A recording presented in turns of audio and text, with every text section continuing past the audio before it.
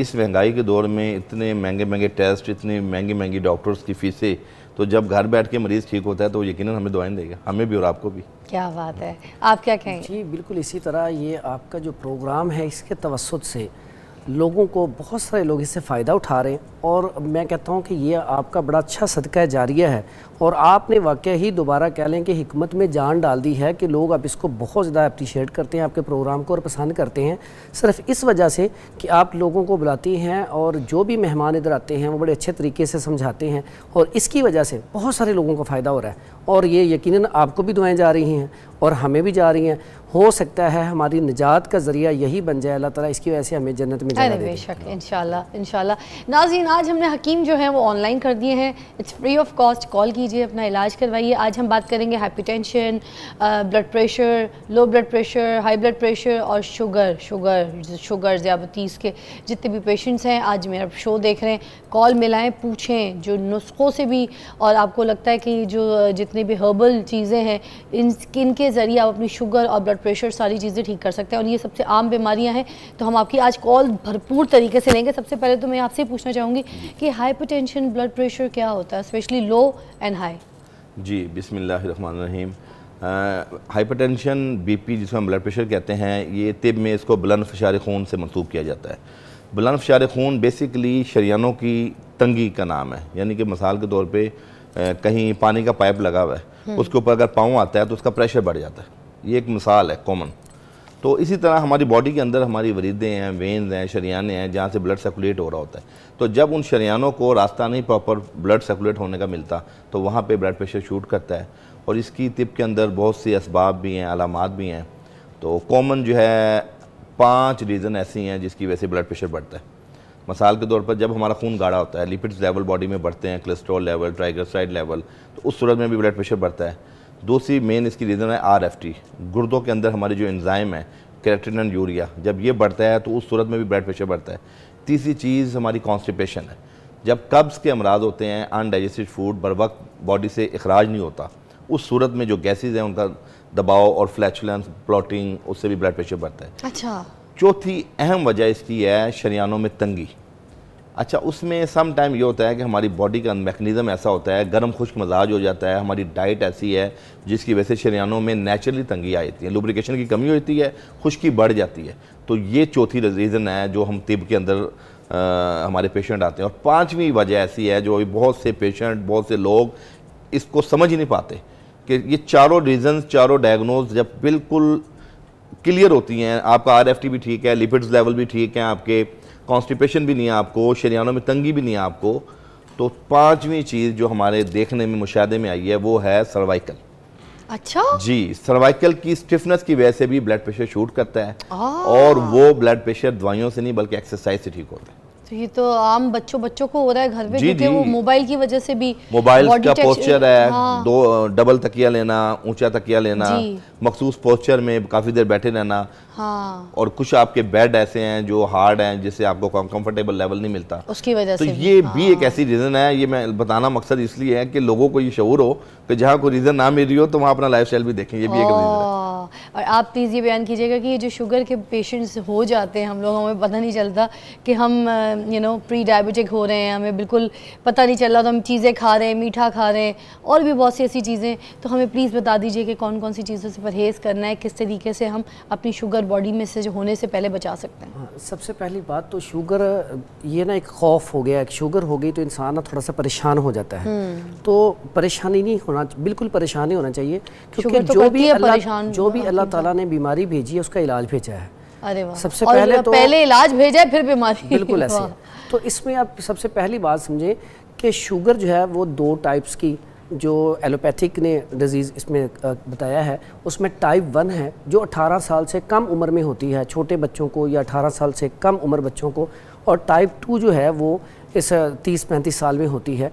अब इसमें जो हमारी हिकमत में है, इसमें हम इसे 3 तरह की शुगर गिनते हैं। एक अच्छा। शुगर हकीकी होती है, और एक शुगर जो है मेदी होती है, और एक शुगर जिगरी होती है। यानी कि एक होती है नर्वस जो टिश्यूज़ है, इनके अंदर जब सोजिश पैदा हो जाती है, इसे हकीकी शुगर कहते हैं, ठीक है। ये टाइप 1 है। और इसमें जो मेथी है उसमें जिसको कॉन्स्टिपेशन हो जाती है जिस पेशेंट को, या उसका लिवर जो है फैटी हो जाता है, और ये मुरगन अगजिया जो लोग खाते हैं, चहलकदमी नहीं करते और एक्सरसाइज नहीं करते, वॉक नहीं करते, इसकी वजह से होती है, या फिर नींद अच्छे तरीके से नहीं लेते। इनकी अलामात भी बतानी है आपने थोड़ी सी साथ? हाँ जी, इनकी अलामात सबसे पहली तो ये है कि इनका खून बहुत ज़्यादा गाढ़ा हो जाता है, कॉन्स्टिपेशन बहुत ज़्यादा हो जाती है ऐसे पेशेंट को। क्या टांगे जो कहते हैं पतली हो जाती हैं, वो भी सही बात है? वो भी एक बात है, लेकिन इसमें सबसे पहले बाज़ों का ऐसा पेशेंट भी हमारे पास आता है इसमें सिम्टम्स कोई नहीं आती, लेकिन अब जब टेस्ट करवाएंगे तो उसमें शुगर आ रही है तो समझ लें कि आपको शुगर हो रही है। अगर आपके अंदर सिम्टम्स नहीं भी आ रही तो आप अपना ना फिक्र करें। इसमें जब जो मैंने 3 जो शुगर बताई हैं हमारी हिकमत में, उसमें जो जिगरी है वो जिगर की वजह से है। एक मस्कुलर टिश्यू में जब सोजिश आ जाती है वो मेदी है, जैसे कॉन्स्टिपेशन मैंने आपको बताया। इसी तरह जो जिगर की ख़राबी की वजह से आती है उसमें जो हमारा एपिथेलियल टिश्यूज़ होती हैं इनके अंदर सोजिश वाक़ हो जाती है, जिसकी वजह से पेशाब के अंदर जलन आना शुरू हो जाती है, इंसान का वज़न कम होना शुरू हो जाता है। जब भी कोई ग़िज़ा खाता है अक्सर औक़ात पेट ख़राब रहना शुरू हो जाता है, पेट के अंदर वट रहना शुरू हो जाता है, पेन रहना शुरू हो जाती है और वज़न दिन ब दिन कम होना शुरू हो जाता है। तो इसलिए इन तीनों का इलाज हिकमत में मौजूद है और बड़ा आसान सा इलाज है, सिंपल सा इलाज है। कॉल शामिल करते हैं प्रोग्राम में। अस्सलाम वालेकुम। वालेकुम जी भाई, कौन बोल रहे हैं? राशिद साहब जी, क्या कहेंगे? मुल्तान से। पेट के बारे में पता करना चाहता हूँ। पेट मेरा बढ़ रहा है और ब्लड प्रेशर हाई भी रहता है, और बाय टाइम लो भी हो जाता है। जी, मैं आप टीवी का वॉल्यूम बंद कीजिएगा, मैं आपकी बात भी कराती हूँ। हकीम अताउर रहमान साहब जैसा बात कीजिएगा। जी, इन्होंने कहा कि ब्लड प्रेशर का पेशेंट है लेकिन लो भी हो जाता है। हाँ, देखें, ब्लड प्रेशर हाई होना इतना ख़तरनाक नहीं है जितना ब्लड प्रेशर लो होना है। और लो होने के अंदर जो मेन चीज़ है वो नर्वस ब्रेकडाउन है। जब आपके असाब कमज़ोर होते हैं या आपकी डाइट प्लान बॉडी में उस तरह का नहीं जा रहा होता, उस सूरत में ब्लड प्रेशर ज़्यादा लो होता है। अच्छा, सम टाइम लो होने में हार्ट और लंग्स की कोलैबोरेशन का भी इशू होता है कि आपका दिल प्रॉपर पंपिंग ना कर रहा हो, उसमें हार्ट फ्लैशेस के इश्यूज़ हों, तो उस सूरत में भी ब्लड प्रेशर लो होता है। तो ब्लड प्रेशर लो के अंदर आप सिर्फ ये कि नमकीन शिकंजबीन का अगर आप इस्तेमाल करेंगे मामूल में, और पुदीने की चटनी जो हमारे घरों में बनती है, तो इन दोनों चीज़ों से इंशाल्लाह आपका ब्लड प्रेशर जो है मेंटेन हो जाएगा इंशाल्लाह। Very nice. आज हम बात करें ब्लड प्रेशर के ऊपर, हाइपरटेंशन के ऊपर और शुगर के ऊपर। और ये बहुत कॉमन बीमारियां हैं, सब लोगों को इसके इश्यूज़ होते हैं। घर में कोई ना कोई 2 से 3 अफराद जो हैं इसको फेस कर रहे होते हैं। और एज के साथ साथ जो है लोगों के अंदर ये शुगर और ब्लड प्रेशर बहुत ज़्यादा पाया जाता है। अगर आप देखें तो 30s के बाद औरतों में बहुत ज़्यादा इशूज़ होते हैं ब्लड प्रेशर के, शुगर के। और कुछ बीमारियाँ जो वो टेंशन की वजह से भी बहुत आती हैं। और आज के माशरे में हमें तो सोशल मीडिया देख के भी टेंशन शुरू हो जाती है। हमारे बच्चे स्कूल में अगर अच्छी पढ़ाई ना कर रहे हों, अच्छा रिजल्ट ना आ रहे हों, तो सबसे पहले माँ टेंशन में और अपने आप को शुगर पेशेंट बना लेती है। छोटी छोटी बातों को पैनिक ले जाती है। हमें एक तो ये भी प्रैक्टिस करनी है सारे इलाजों के साथ कि हमने अपने जो टेंशन है ना उससे हमने अपने आप को बचा के रखना है, उससे हमने अपने आप को रिलीफ रखना है। और इसकी प्रैक्टिस करनी होती है। इसको कोई जाके आपको प्रैक्टिस नहीं कराएगा या फिर उसका कोई ऐसी दवाई का इलाज नहीं है। इसका सिर्फ यही इलाज है कि आपने प्रैक्टिस करनी है। अच्छा, मुझे बताइएगा कि ब्लड प्रेशर का मौसर इलाज क्या है? अब ब्लड प्रेशर सबसे पहली बात तो ये कि हमारा डाइट प्लान जो है ना वो ठीक होना चाहिए। जैसे आपने बात की कि टेंशन के लिए ना कुरान मजीद में एक बड़ी ज़बरदस्त आयत है, वमन अअरज़ अन ज़िक्री फ़इन्न लहू मईशतन ज़नका व यौम नहशुरुहुम यौमल क़ियामति अअमा। इसका मतलब ये है कि जिस भी बंदे ने ना ज़िक्र से एराज़ किया, अल्लाह ताला कहता है जो बंदा मेरे ज़िक्र से दूर जाता है ना तो फिर उसकी मईशत मैं तंग कर देता हूँ। मईशत की तंगी क्या है? लोग समझते हैं सिर्फ पैसे की तंगी नहीं, अल्लाह ताला उसका सुकून छीन लेते हैं, परेशान कर। हाँ जी, वो हर टाइम परेशान रहेगा, हर टाइम पर। अब एक बंदा है उसके पास, अगर फॉर एग्जांपल आपने उसे कहा उसके पास 5000 रुपया है, तो आप 5000 रुपया आपको इनाम दिया जाके कोई चीज़ ख़रीद लो, तो वो तो फ़ौरन गया 2-4 मिनट में चीज़ें ख़रीद के ले आया। एक बंदे को आपने 5 लाख रुपया दे दिया कि ये आपका जाए ख़रीदें, अब वो 5 लाख उसकी जेब में है, ये भी टेंशन है कोई निकाल ना ले। अब वो जा रहा है, उसे सोच रहा है ये क्या ख़रीदूँ। और जो लोग, जैसे आपने पहले बात की थी कि अमीर लोगों को ज़्यादा है, तो जिनके पास पैसा ज़्यादा होता है उन्हें परेशानी भी ज़्यादा होती है कि पैसे को कहाँ पे लगाएं, किस तरह करें। तो इसी परेशानी में ब्लड प्रेशर के मरीज़ बन जाते हैं। इलाज इसका बड़ा आसान सा है। एक तो जो मैंने आपको बताया ना, ज़िक्र, नमाज और कुरान मजीद जो है वो शिफा है। तो कसरत से कुरान मजीद पढ़ें और 5 वक्त की नमाज़ पढ़ें और सुकून अल्लाह ताला ने इसमें रखा है।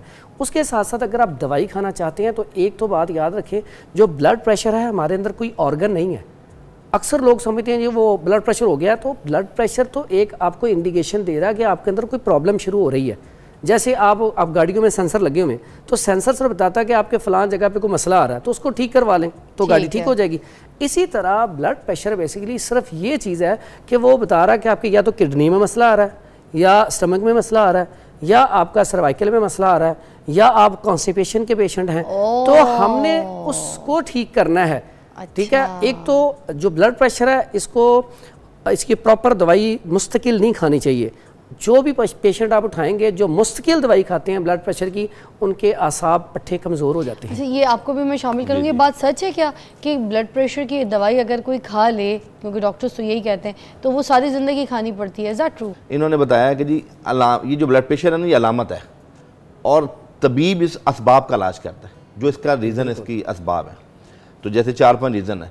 एलोपैथिक में सिम्टोमेटिक ट्रीट किया जाता है कि जो अलामत है ना, मिसाल के तौर पर दर्द है ना, ऐसी मेडिसिन देंगे जो दर्द को एज अ होल कवर कर ले। हमारे ऐसा नहीं होता, हम तिब में असबाब का इलाज करते हैं तो ऑटोमेटिकली अलामत दूर हो जाती हैं। अच्छा, ठीक है। और इसमें हमारी दवाइयों में एडिक्शन नहीं है अल्हम्दुलिल्लाह। हमारी जो भी दवाई होगी वो अल्हम्दुलिल्लाह कुछ अरसे बाद, 1 माह 2 माह के इस्तेमाल के बाद, मिसाल के तौर पर कोलेस्ट्रॉल की वजह से ब्लड प्रेशर बढ़ रहा है, तो हम जब कोलेस्ट्रॉल की दवाई देंगे, कोलेस्ट्रॉल नॉर्मल हो जाएगा, तो उस सूरत में ब्लड प्रेशर भी नॉर्मल हो जाएगा।